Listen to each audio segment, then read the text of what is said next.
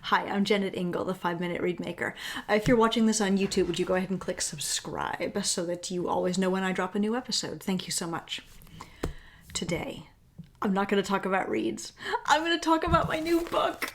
It's The Happiest Musician, How to Thrive in Your Creative Career, and it is coming out on February 1st, and it is purchasable at Amazon or on my website in a Kindle format or as an actual paperback book. And it is not formal, it is not a reed-making book, but it is about my career, the career that I have made for myself in the oboe and around the oboe and around being creative around the oboe. And I thought maybe for viewers of this channel, it might be interesting to hear me read the little section about how I made the 5-Minute Reedmaker. So, a little reading from The Happiest Musician. I created the 5-Minute Reedmaker video series in 2017, at first just to answer some of the questions I was getting. People would email me and say, I loved the reeds you sent me, but they're too hard, or too easy, too unstable, too closed, too open, etc. For me, what should I do? Now, this is not too surprising. Reeds are very individual. What feels good to me might not work for another person that I've never met. I wrote a lot of emails back saying things like, thanks for getting in touch. I'm glad to have the opportunity to improve your experience. Can you be a little bit analytical about how the reed is too hard? If it's too hard in the response, slow to tongue on, but easy enough once it gets going, you would want to scrape in the tip from the gutters of the rooftop up to the corners. If it's too hard in the sustain, you can start a note easily but have to work hard to maintain sound quality. You might want to very gently polish the heart area. If it's too open, you might want to squish it with your fingers, after it's thoroughly soaked, of course, and try again. Too flat in the high register, and thus exhausting to play, you might wish to clip a tiny bit. If you are not successful with these fixes, you can send it back to me and I'll try a second time to get you something that you can use. Let me know how it goes. I was pretty good at putting on this cheerful, helpful voice instead of getting triggered by people not liking my reads, but I definitely got tired of writing that email. So I made some videos. What to do when your reed is too hard, too easy, unstable, etc. These got very popular, so I made more. So many more. I talked about the various stages of reed making, the skills and the adjustments that I make. I gave away all the information I could think of for free on YouTube, and the more I gave away, the more people reached out to me with questions and also ordered from me. The lesson? Be helpful. People want to learn, and if you can teach them, they see you as the expert. It turns out that when you have helpful advice for people and you show up and say so, people listen.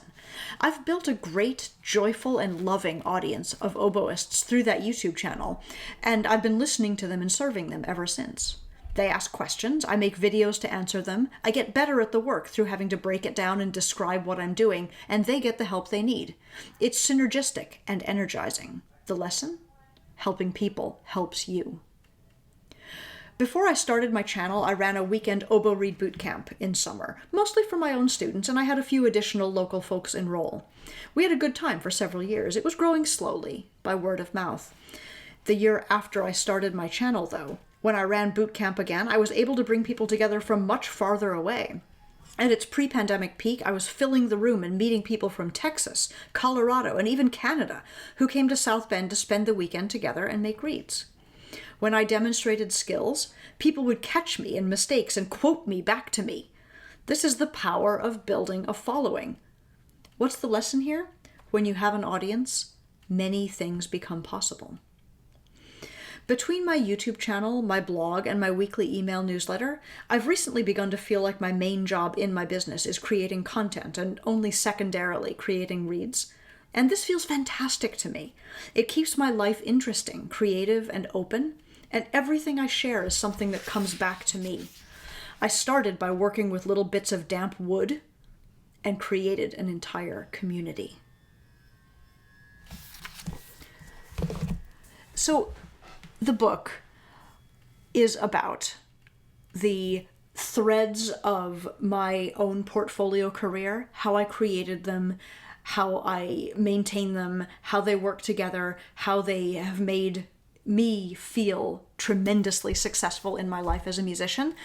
And the goal of the book is to make this feel possible for you too. If you are somebody, if you are a music major about to come out into the big world of professional music and sort of not knowing how to do that, or if you are a person who has been making your living in music for a long time and you're sort of mid-career and you're feeling stuck and wondering what else there might be for you, I think this book might be for you. I want it to be possible for musicians and artists and creative people to feel both financially secure and artistically fulfilled in this 21st century that we live in. And I feel like the more people, the more creative people that rise and thrive and become visibly happy doing what they do, the more possible it becomes for everybody else. I want you to bring your magic to the world. I want you to thrive. And if my book makes that remotely possible for you, that is what I want. Thank you so much for watching. Have a great day.